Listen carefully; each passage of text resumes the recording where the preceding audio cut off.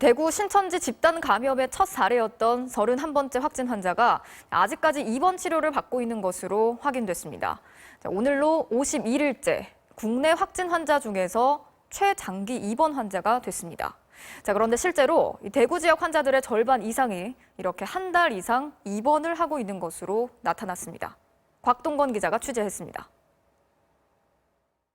지난 2월 18일 대구 지역 대규모 집단 감염의 신호탄을 알렸던 31번째 확진자는 여전히 입원 중입니다.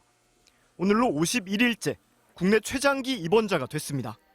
50일까지는 31번 환자 외에도 사례가 좀 더 있는 것으로 저희가 파악을 하고 있는데, 다만 오늘 이후가 되면서는 31번 환자가 가장 오래 입원한 그런 상황이 되겠습니다.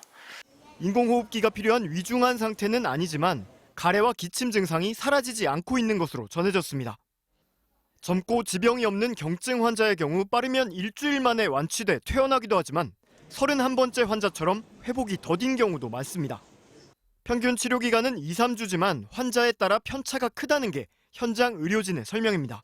코비드 바이러스 특성상 편차가 심하고 며칠 만에 바이러스가 미검출된 사람에서부터 길게는 몇 달까지 가는 사람도. 실제 대구 환자들 가운데 절반 이상은 한 달 넘게 입원 중인 것으로 나타났습니다. 증상이 모두 사라진 뒤에도 진단검사에서 계속 양성 판정이 나와 퇴원을 못하는 환자도 적지 않습니다. 환자는 증상이 다 없어지고 CT도 정상이 됐고 피검사나 이런 것도 다 정상이 됐는데 바이러스만 계속 양성이 나오는 분들이 계세요. 4주, 5주 이상. 2015년 메르스 때도 첫 번째 확진자는 5개월, 마지막 환자는 6개월 가까이 입원 치료를 받았습니다. 현재 코로나19의 완치율은 64%, 치명률은 1.9%입니다. 하지만 사망자가 200명에 달하고 특히 80대 이상의 치명률이 나날이 높아지고 있습니다.